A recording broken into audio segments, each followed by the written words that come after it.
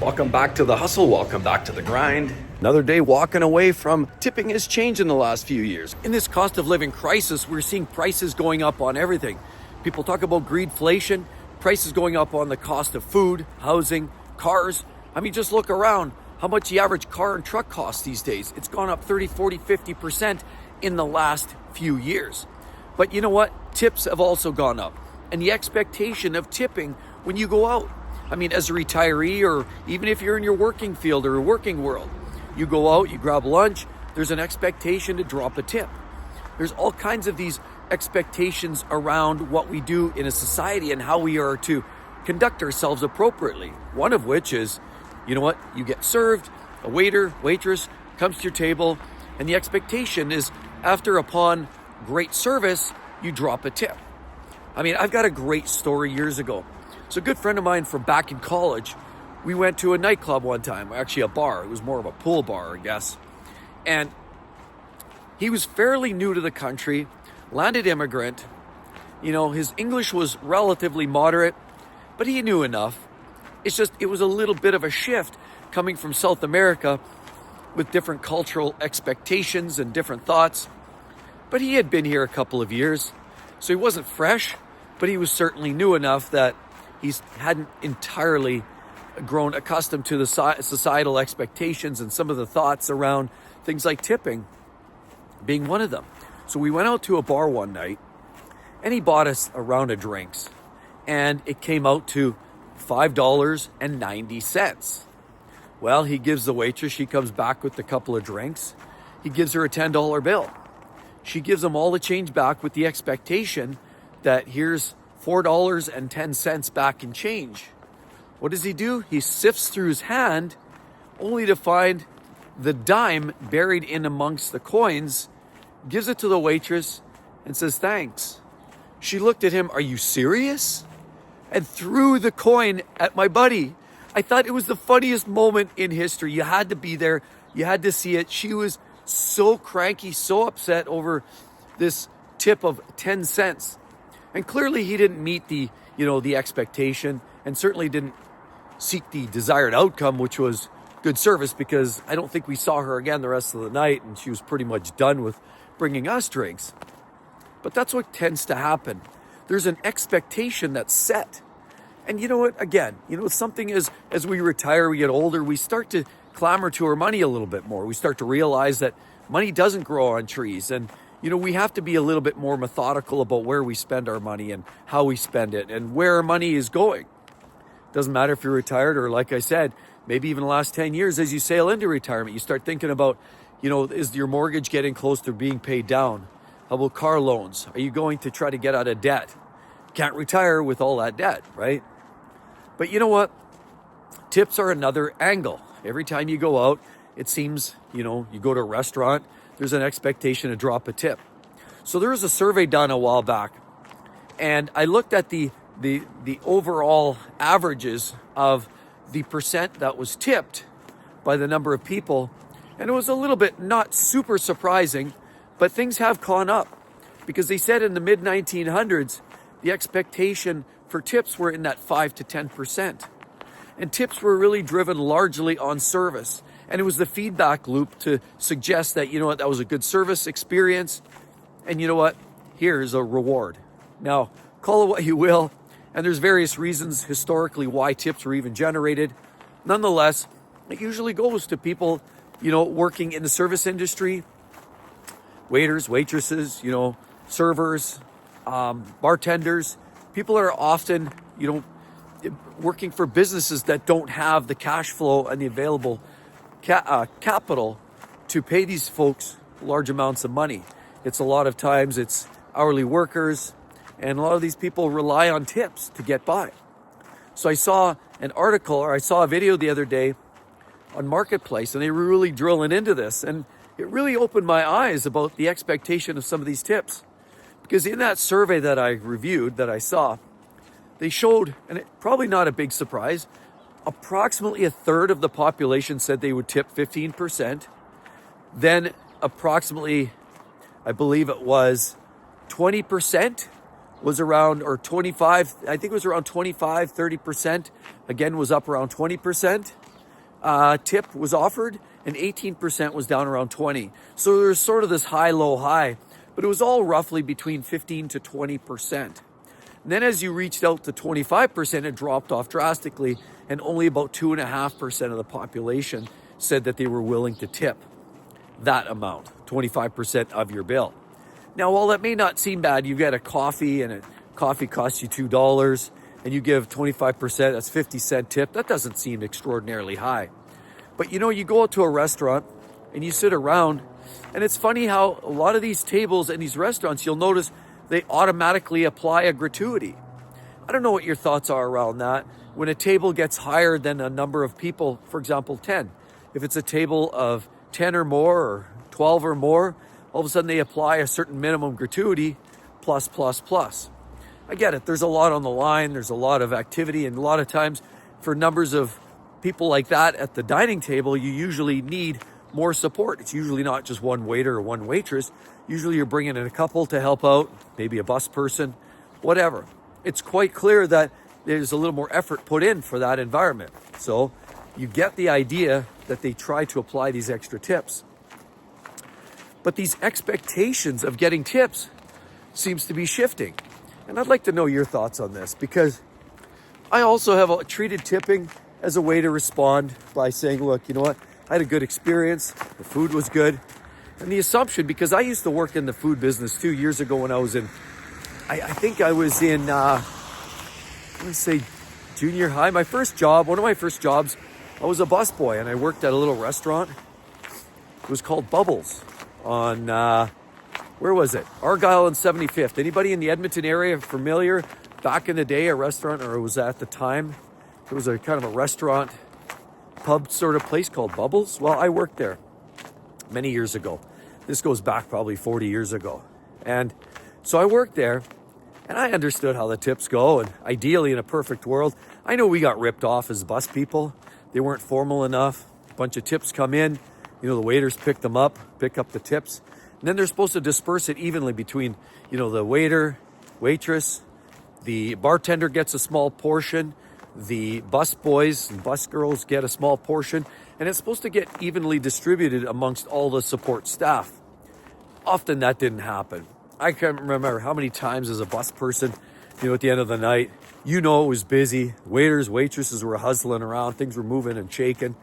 And buddy comes up to me and gives me, $1.85 at the end of the night. I'm like, well, thanks for nothing. But so there is the other end of the spectrum where you work hard, you're making minimum wage, because at that time I was making $3.35 an hour.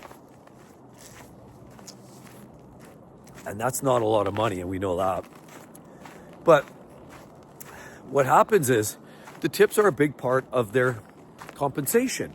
The average waiter, waitress these days makes maybe $30K a year, where the average household income is closer to $45, $50K after taxes in Canada.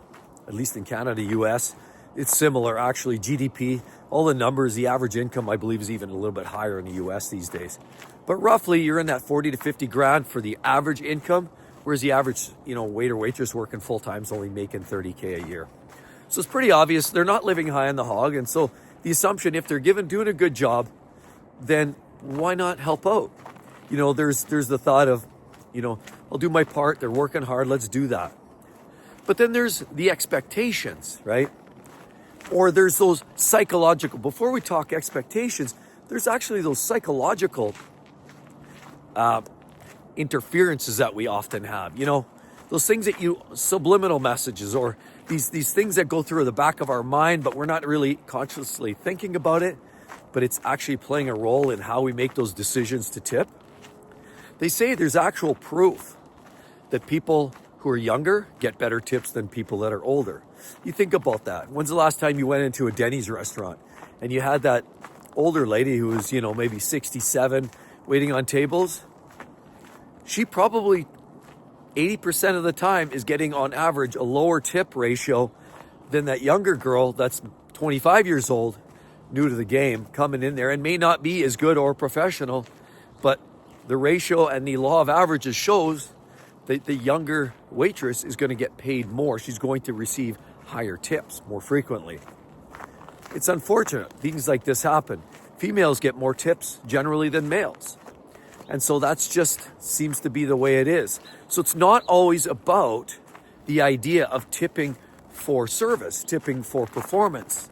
See, because in a perfect world you would, but it doesn't always work out that way. Quite often, people are tipping on certain biases they have too, which play a factor. Now, is that right? Not really. Again, in theory, you tip as per what you're getting for service. Was it good prompt service? Food was delivered on time. People were friendly. They were frequent enough to the table without being overbearing and annoying and saying, hello, can I help you again? You need anything else while you're just in mid-chomp into your burger?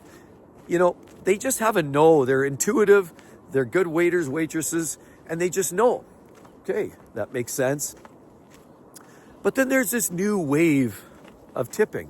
And a lot of us are seeing this now. We're seeing it in all kinds of fast food restaurants. Okay, so where does that begin and end? Fast food, where you walk up and, you know, now there's almost this expectation to a pizza place. I walked into a pizza shop the other day. I grabbed some pizza. We had some dinner. We're watching a hockey game. Oilers are on the tube, and hey, they're kicking butt, aren't they? What are they, number one right now in the standings? But you know what? We had a pizza. I went in, grabbed a pizza from this local vendor, and they're not a ma and pa. They are, in fact, a franchise place. To be honest, their pizzas taste like cardboard. I might as well probably eat in a cardboard box. Tasted a little bit better than the pizza. But that's besides the point. So you walk in there, and they hand you the machine to pay for it. All of a sudden, lo and behold, there's a tip, and it's not even a tip option. It doesn't really allow you to even opt out. What it was saying tip, dollar or percent. That's the first thing it prompts you. Like, well, how about none? I mean, this is fast food. You throw it in there. You're firing these pizzas off one after another. You're making like 50 of them an hour. This is not service. This is just the expectation of the business deliverables. That's usually the way we've typically seen it. But now a lot of these fast food places, I've seen it at, you know, these famous sandwich places. I've seen it at some of these, you know, pizza places, some of these, you name it. Just about every one of these fast food vendors has now gotten on the wagon to actually charge or reach out and make it difficult to opt out of paying for a tip. So what's your thoughts on that? Does that seem reasonable? You know, when you talk about, I can go sit down, and I've done this before. You know, me and my wife, we would go into Taco Bell. I know, it's just a bad one. Those cheese fries, I can't help it. Once in a blue moon, I gotta have my fill of that junk. But you know what? We go into Taco Bell and we grab a few odds and sods, and we sit down there, me and my wife and maybe a couple of the kids. We'd go out for a quick snack. We'd sit down there, and it's like $80 out the door. What? So it's like, you know what? We could have went next door to BP's and sat down, had a better dinner that tasted better, had waiter service, sat around there, maybe had a beer, had a hockey game on the screen, quieter, more relaxing environment, and we could have done that for very similar money. And the only difference was maybe throwing a tip on there, and sometimes even the cost of tip embedded in that total price is close to what I paid at tacos at the taco house. So it starts to make you wonder where the value add and the cost of living crisis is starting to eat away at our income. Now, again, we all have to, you know, watch our pennies, and you watch your pennies, they take care of the dollars, as they say. And, you know, you've got to start learning to be a bit more frugal, and not just in retirement. Everybody has to learn a certain level of frugality in today's cost of living greedflation gouge fest that we're experiencing. Everything has extra tacked on.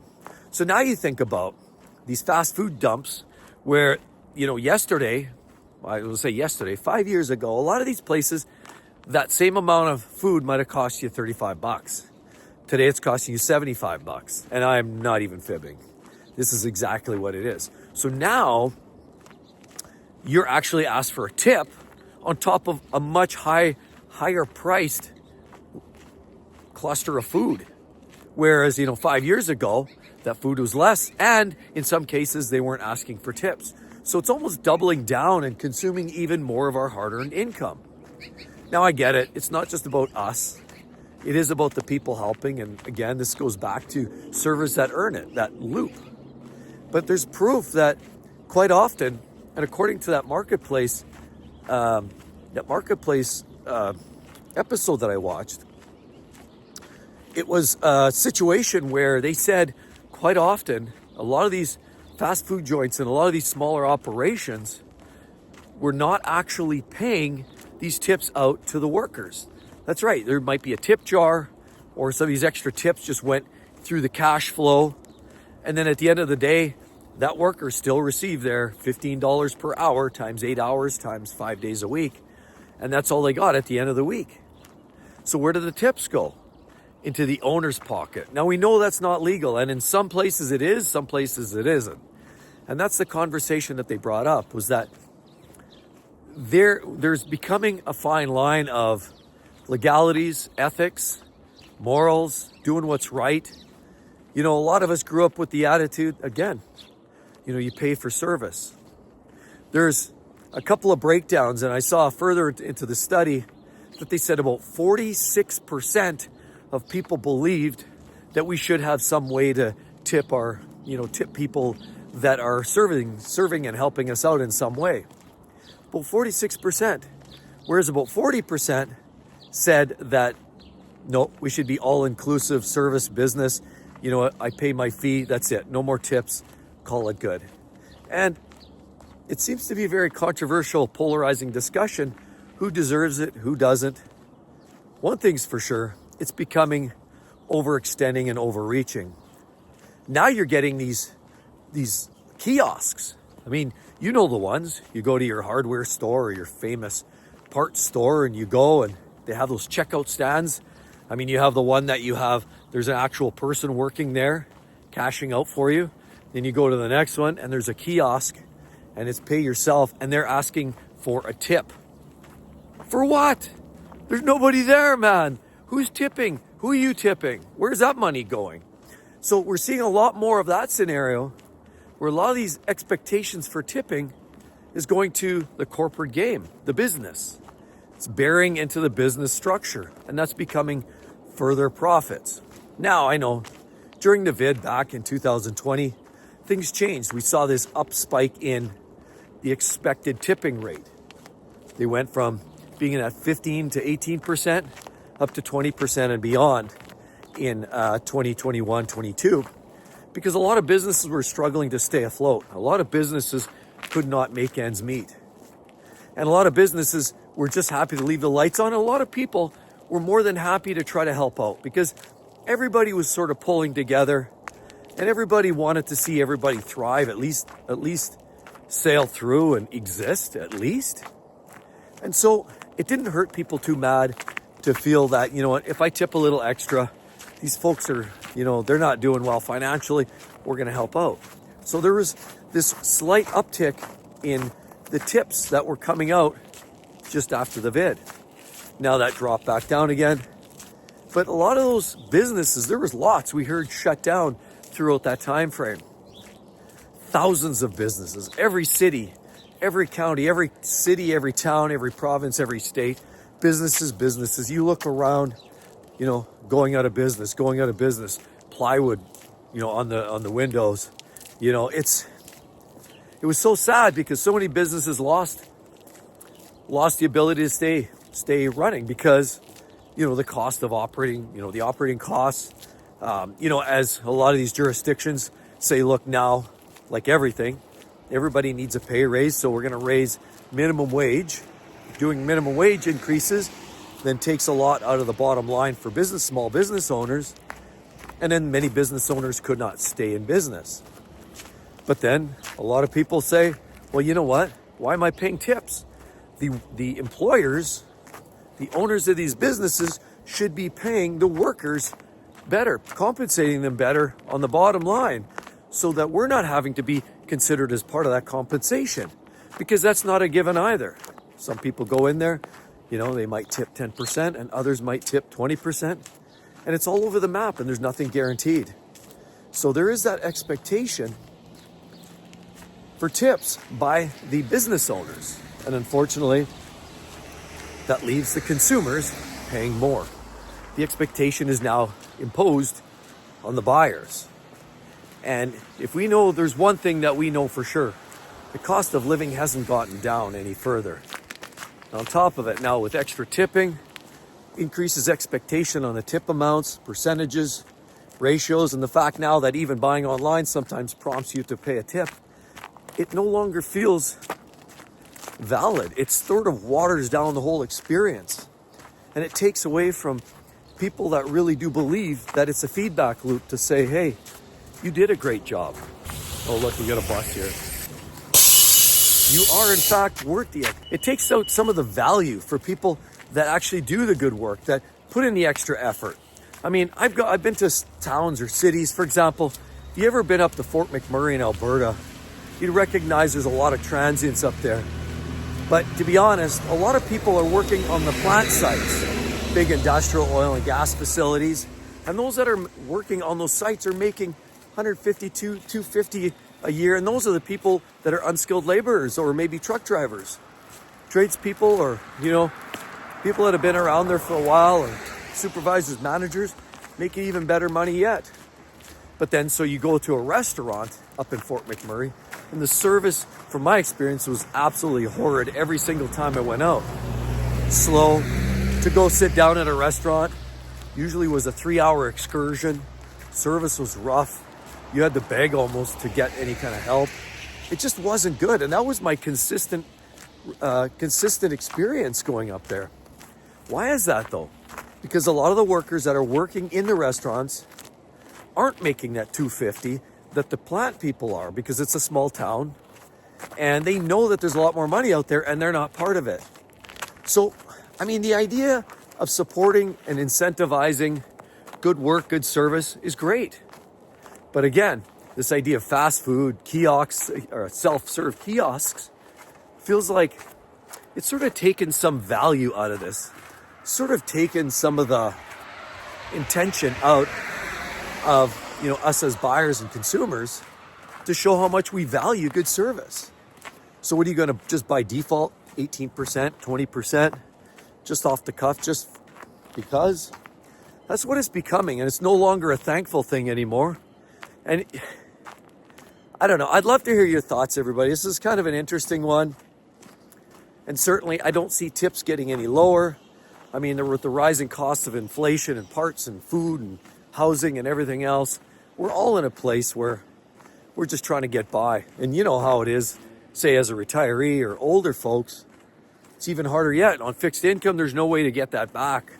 So you always have to scrutinize where every dollar goes. And at the end of the day, your tips have to speak volumes for the service. But I'd love to hear more about your thoughts on this. It is a changing perspective, but it's not just the matter of tipping. It's the psychological component, the dropping of the expectations now. Because if you don't live up to those expectations, things aren't good. Your responses aren't good. Like my buddy and his experience in the bar, not good. Anyway, I'd love to hear your thoughts on this. Please do drop a line. And again, as always, if you want to see another great video where this all started, this retirement gig for me, right there. Check it out. You're going to love it. Hope to see each and every one in the next one. Bye-bye.